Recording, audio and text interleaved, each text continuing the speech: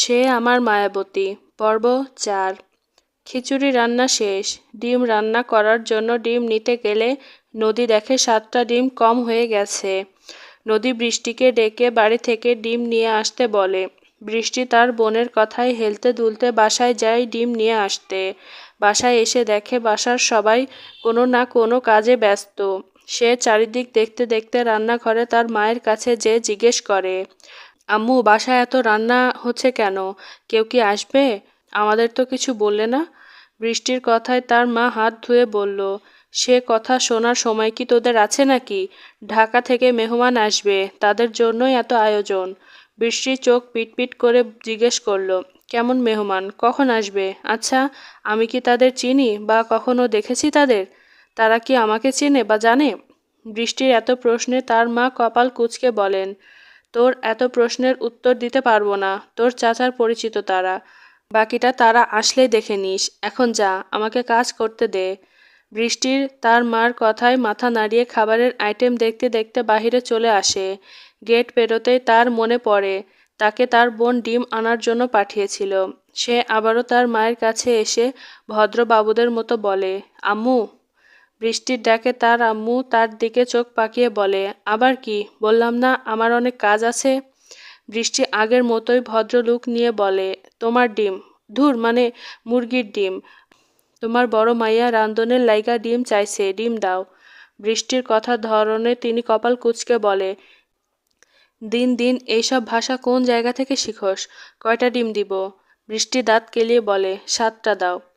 তিনি আর কিছু না বলে বৃষ্টিকে ফ্রিজ থেকে 7টা ডিম বের করে দিয়ে দেন। বৃষ্টির ডিম নিয়ে আবারও হেলতে দুলতে বের হয়ে আসে।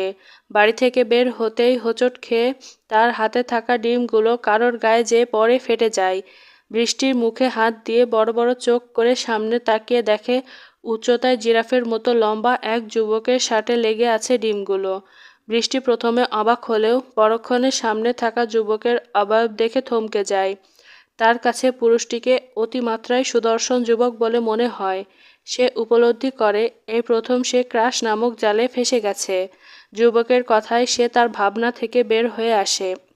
যুবকটি চিল্লিয়ে বলে, আর ইউ ম্যাড? এই মেয়ে, এটা কি করলে? কমন সেন্স বলতে কিছু নেই নাকি? চোখে দেখো না? যুবকের চিল্লানোতে তার সাথে থাকা বাকিরাও তার কাছে আসে। দেখে এরকম অবস্থা, অবাক হয়ে যায়।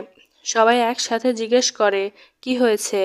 আকাশ বৃষ্টির দিকে তাকিয়ে দাঁত চেপে বলে, বাড়িতে ঢোকার সময় এই স্টুপিড মেয়েটা এই কাজ করেছে। আকাশের থেকে নজর সরিয়ে বৃষ্টি একে একে সবার দিকে তাকায়। এতগুলো ছেলে মেয়ে দেখে বৃষ্টি থতমত খেয়ে যায়। অবাক হয়ে জিজ্ঞেস করে, আপনারা কি ঢাকা থেকে এসেছেন? বৃষ্টির প্রশ্নে সবাই মাথা নাড়িয়ে হ্যাঁ জানায়। সে আবার জিজ্ঞেস করে, তার মানে আপনারাই ঢাকার মেহমান? এইবারও তারা সায় জানায়। তাদের জবাবে বৃষ্টি শুকনো ঢোক গিলল, কারণ তার মা যদি জানে ঢাকা থেকে আসা মেহমানকে সে ডিমের গোসল করিয়েছে, তাও আবার প্রথম দিনই, তাহলে তার দফারফা করবে। সে আর কোনো দিক না তাকিয়ে এক দৌড়ে নদীর পাড়ে চলে আসে। বৃষ্টিকে এভাবে দৌড় দিয়ে চলে যেতে দেখে আকাশটা তাজ্জব বনে যায়। হুট করে কারোর হাসির শব্দে তারা সামনে তাকিয়ে দেখে একটা ছেলে তাদের দিকে তাকিয়ে হাসছে। মিষ্টির ছোট ভাই মাহিন আকাশকে ডিমে মাখো মাখো দেখে হাসতে থাকে। তার সাথে বাকিরাও হেসে ওঠে। হাসির শব্দে বাড়ির থেকে তার মা চাচি বের হয়ে এরকম অবস্থা দেখে অবাক হয়ে যায়। মাহিনের মা অবাক হয়ে জিজ্ঞেস করেন, এ কী অবস্থা? এরকম হলো কি করে? তার প্রশ্নে সবাই হাসি থামিয়ে দেয়। কেউ কিছু বলার আগেই বৃষ্টির মা তেতে উঠে বলেন, কি করে আর হবে? তোমাদের আদরের ভাতিজির কাজ এইটা। কিছুক্ষণ আগে আমার থেকে ডিম নিতে এসেছিল। ওরই কাজ এগুলো। গেল কই এ অকাজ করে? ওরে আজকে পেয়ে নেই। বেলুন না ভাঙছি আজকে ওর পিঠে। অকাজ ছাড়া তো আর কিছুই জানে না। বৃষ্টির চাচি বৃষ্টির মাকে থামিয়ে আকাশদের ভিতরে নিয়ে যায়। আকাশ দাঁতে দাঁত চেপে মনে মনে ফুঁসতে থাকে। বৃষ্টি দৌড়ে নদীদের কাছে আসে। বৃষ্টিকে হাঁপাতে দেখে ইফতি অবাক স্বরে জিজ্ঞেস করে, তুমি এভাবে হাঁপাচ্ছ কেন বৃষ্টি? বৃষ্টি থেমে শ্বাস ফেলে। ডিম নিয়ে আসতে গিয়েছিলাম তো তাই।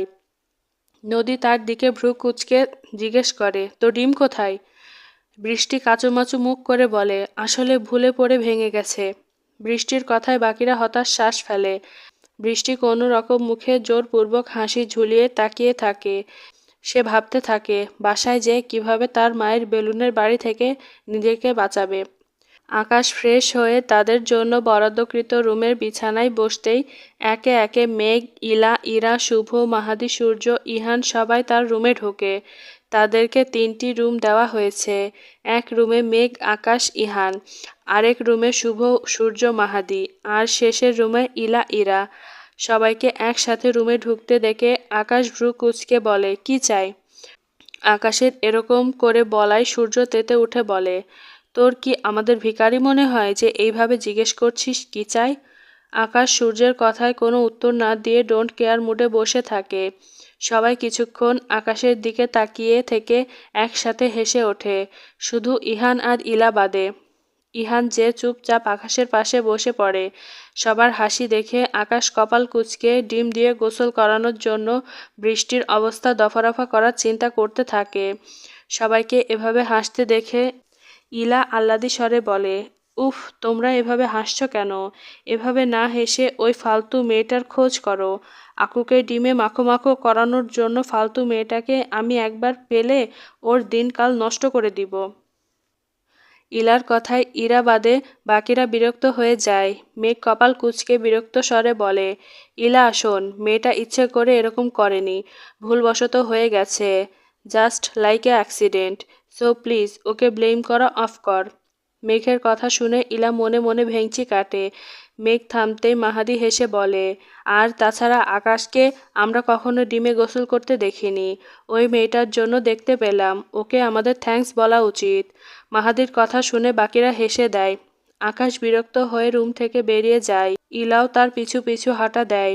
ইলাকে নিজের পিছে আসতে দেখে আকাশ থেমে যায়। দাঁত কিড়মিড়িয়ে ইলাকে বলে, হোয়াটস ইউর প্রবলেম? ইলা আকাশের কাঁধে হাত রেখে বলে, I have no problem, I just want you always, you know how much I love you Aku. ইলার কথায় আকাশ নাক মুখ কুঁচকে তার কাঁধ থেকে ইলার হাত ঝাড়া দিয়ে ফেলে দেয়। তোমার এই সো কল্ড লাভের কথা আমাকে বলতে আসবে না। তুমি আমার কাছে জাস্ট আমার কাজিন সিস্টার, আর just nothing, so stay away from me, otherwise I don't know what I do. আকাশের ধমকানোতে ইলা চুপসে না যে কিছু বলতে নিলে আকাশ আবারও বলে, ভেবো না, বেড়াতে আসছি বলে তুমি যা করবে যা বলবে আমি তাই মেনে নেব। আমি অতটাও ভদ্র নই, তাই আমার থেকে দূরে দূরে থাকবে, নয়তো এখানে মানুষের সামনেও ইনসাল্ট করতে আমি একবারও ভাববো না। আকাশ তার কথা শেষ করে গটগট করে হেঁটে চলে যায়। ইলা তাও হাল ছাড়ে না।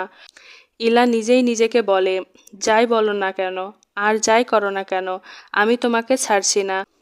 তোমাকে তো আমায় ভালোবাসতেই হবে, আজ হোক বা কাল, cause you are mine, only mine. আমার লাভ তোমাকে অ্যাকসেপ্ট করতে হবে আকু। বৃষ্টিরা বিকেলে বাড়ি ফিরে। ড্রয়িং রুমে কাউকে দেখতে না পেয়ে ওরা চুপচাপ যার যার রুমে ফ্রেশ হতে যায়। ফ্রেশ হয়ে একে একে বাকিরা বৃষ্টির রুমে এসে আজকের দিন নিয়ে কথা বলতে থাকে। তাদের কথার মাঝেই বৃষ্টির মা বেলুন নিয়ে বৃষ্টির দিকে তেড়ে আসে। বৃষ্টি এক লাফে তার আপুইয়ের পিছে যে লুকিয়ে বসে থাকে, দাঁত দিয়ে নখ কাটে। বৃষ্টির দিকে এভাবে তেড়ে যেতে দেখে সবাই হকচকিয়ে যায়। নদী তার মাকে আটকিয়ে বলে, কি হয়েছে আম্মু? ওর দিকে এভাবে তেড়ে আসছো কেন? কি করেছে?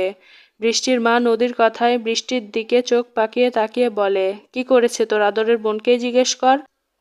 মহারানী কোনো অকাজ না করে কি এমনি থাকতে পারে নাকি? নদী তার মায়ের দিক থেকে নজর সরিয়ে বোনের দিকে তাকায়। কি করেছিস তুই আবার? বৃষ্টি কিছু না বলে কেবল কাঁধ ঝাঁকায়। তার মা কপাল কুঁচকে বলে, ও আবার কি বলবে? ঢাকা থেকে আজকে তোর চাচার মেহমান আসছে। প্রথম দিনই বাড়িতে না ঢুকতেই তাদের একজনকে ডিম দিয়ে গোসল করিয়ে ভেগেছে। বৃষ্টির মার কথায় সবাই চোখ বড় বড় করে তাকায়। নদী অবাক স্বরে জিজ্ঞেস করে, কই, আমাদের তো বললে না আজকে মেহমান আসছে? নদীর প্রশ্নের জবাবে বলে তিনি, বলার আর সময় পেলাম কই, তোরা তো সকাল হতেই নদীর ধারে ছুটলি। নদী তার মার জবাবে মাথা নাড়িয়ে বলে, তাও ঠিক। আচ্ছা, তারা কেমন মেহমান, মানে আমাদের কি হয়?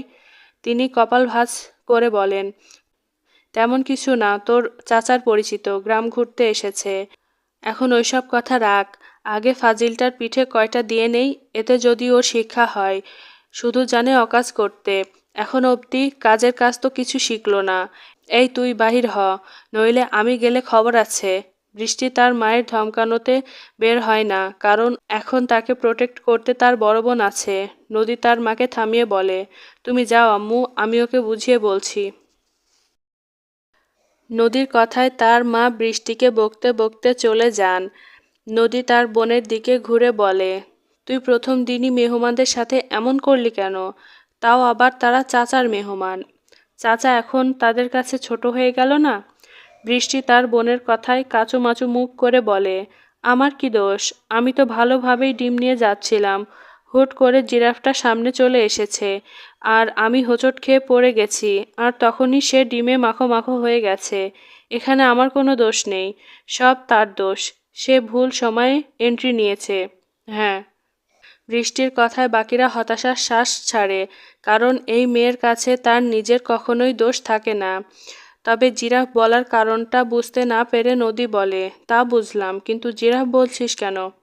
বৃষ্টি দাঁত কেলিয়ে বলে, হি হি হি, অনেক লম্বা ছিল, তাই আমার মাথায় এই নামটাই আসছে। আর আমি তো আসল নামটাও জানি না। তবে একটা মিস্টেক আছে, হ্যান্ডসাম জিরাফ হবে। অনেক হ্যান্ডসাম ছিল, আর যখন ডিম দিয়ে মেখে গিয়েছিল তখন অনেক কিউট লাগছিল। বৃষ্টির কথার ধরনে বাকিরাও হেসে দেয়। নদী বৃষ্টির গাল টেনে দিয়ে বলে, তোর লজ্জা করছে না? বড় বোনের সামনে হেসে হেসে তুই একটা ছেলের প্রশংসা করছিস? বৃষ্টি হাসতে হাসতেই জবাব দিয়ে বলে, করছে তো। আমি তো লজ্জার কারণেই হেসে হেসে বলছি এইভাবে। বৃষ্টি এই বলে আবারও হাসতে থাকে, তার সাথে বাকিরাও হাসে। দৃষ্টি হাসি থামিয়ে বলে, চলো না আমরাও দেখে আসি কেমন হ্যান্ডসাম মেহমান আসছে। আমাদের বৃষ্টির কাছে যখন হ্যান্ডসাম লেগেছে, মানে সেই লেভেলের হ্যান্ডসামই হবে বলে মনে হচ্ছে। নদী দৃষ্টিকে থামিয়ে বলে, না এখন যাওয়ার দরকার নেই, পরে চাচা এমনিই আমাদের পরিচয় করিয়ে দিবে, তখন দেখে নিস। বাকিরাও তার কথায় সায় জানায়। ইফতিও সহমত হয়।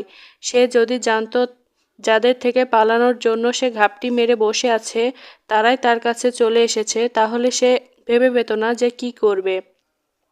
সন্ধ্যা হতেই তাদের ড্রয়িং রুমে ডাক পড়ে। একে একে সবাই সেখানে যায়। বৃষ্টি তার বোনের পিছনে আড়াল হয়ে থাকে, যাতে করে তার মা তাকে দেখে সবার সামনে তার ইজ্জতে দফারফা না করতে পারে। তারা আসতেই মিষ্টির বাবা তাদের দেখিয়ে আকাশদের বলে, এরা হচ্ছে এই বাড়ির ছোট সদস্য। এই হচ্ছে আমার বড় ভাতিজি, ওর নাম নদী। এরাও আমার ভাতিজি, পাশের বাড়িতে থাকে, সৃষ্টি দৃষ্টি। ও হচ্ছে আমার বড় মেয়ে মিষ্টি, আর ও হচ্ছে আমার ছোট ছেলে মাহিন। বৃষ্টিকে দেখতে না পেয়ে তার কথা জিজ্ঞেস করার আগেই বৃষ্টি তার বোনের পিছন থেকে মাথা বের করে তাকায়। তাকে দেখতে পেয়ে তার চাচা বলে, ও হলো আমার আরেক ভাতিজি, নদীর ছোট বোন বৃষ্টি। বৃষ্টিকে দেখতে পেয়ে আকাশ আর ইলা বাদে বাকিরা বড় করে হাসি দেয়। বৃষ্টি প্রতি উত্তরে বড় করে হাসি দেয়। বাকিদের থেকে নজর সরিয়ে আকাশের দিকে তাকাতেই বৃষ্টি আকাশের তাকানো দেখে থতমত খেয়ে নিজের নজর সরিয়ে নেয়। বৃষ্টির চাচা এবার ইফতিকে লক্ষ্য করে বলে, আর ও হচ্ছে ইফতি, সেও আমার ভাতিজি। নিজের নাম শুনে ইফতি চমকে ওঠে, কারণ সে এত সময় ধরে বৃষ্টির কর্মকাণ্ড দেখছিল। চমকে সামনে তাকাতেই আরও বেশি চমকে ওঠে আকাশদের দেখে। আকাশরাও অবাক হয়ে তাকিয়ে থাকে। ইফতি ভেবে পায় না এখন সে কি করবে। তার আর পালানোর উপায় নেই। ইফতিকে দেখে অন্য কেউ কিছু বলার আগেই ইহান ইফতির কাছে এসে অস্থির গলায় জিজ্ঞেস করে, ইফু তুই এখানে? আর আমরা তোকে কত জায়গায় খুঁজেছি, তুই এখানে কেন? আমাদের একবারও জানালি না কেন? ইহানের প্রশ্নের জবাবে ইফতি কিছু বলে না, চুপ করে থাকে। বৃষ্টির চাচা তাদের জিজ্ঞেস করেন, তোমরা ওকে চেনো? তার প্রশ্নে জবাবে আকাশ শান্ত স্বরে বলে, জি, ও আমাদের বোন। 1 মাস ধরে ও নিখোঁজ ছিল, অনেক খুঁজেছি, তবুও পাইনি। আকাশের কথা শুনে তিনি বলেন, ও, ওকে আমার বাড়ির মেয়েরা নদীর ধারে আহত অবস্থায় পেয়েছিল, তাই নিয়ে এসেছিল। ওকে জিজ্ঞেস করা হয়েছে অনেকবার, কিন্তু ও কিছু বলতে পারেনি, তাই আমাদের সাথে ওকে রেখে দিয়েছি, কোথাও যেতে দেইনি। বৃষ্টির চাচার কথা শুনে আকাশটা খুশি হয়ে তাকে ধন্যবাদ জানান। তিনি বিনিময়ে মুচকি হেসে মাথা নাড়িয়ে ওদের কথা বলতে দিয়ে চলে যান। বৃষ্টিরা দাঁড়িয়ে দাঁড়িয়ে দেখতে থাকে বাকিদের।